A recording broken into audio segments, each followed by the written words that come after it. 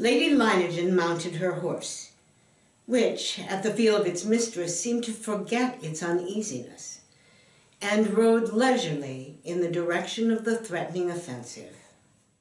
It was a sight one could never forget.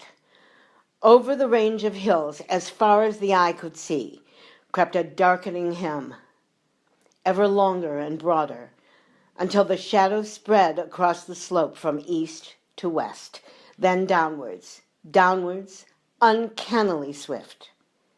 And all the green herbage of that wide vista was being mown as by a giant sickle, leaving only the vast moving shadow extending, deepening, and moving rapidly nearer.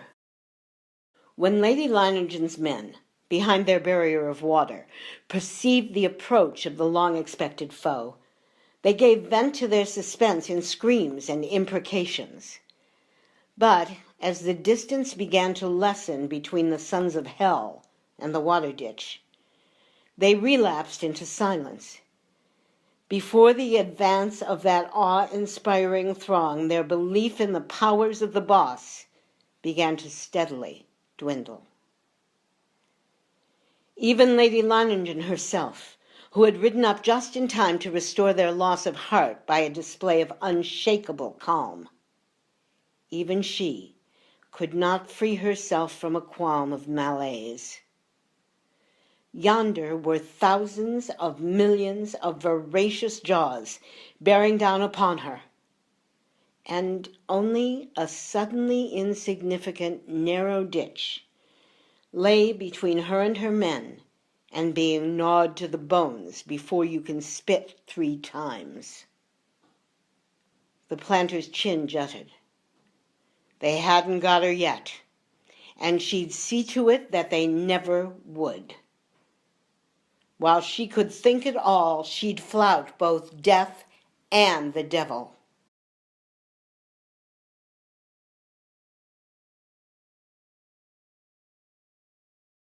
The hostile army was approaching in perfect formation.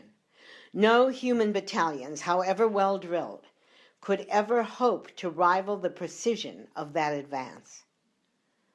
Along a front that moved forward as uniformly as a straight line, the ants drew nearer and nearer to the water ditch.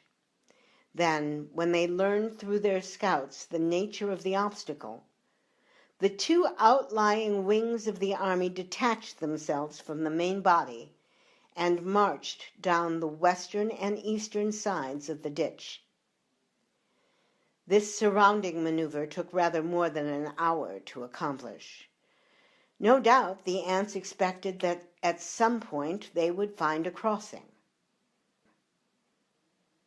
During this outflanking movement by the wings, the army on the center and southern front remained still.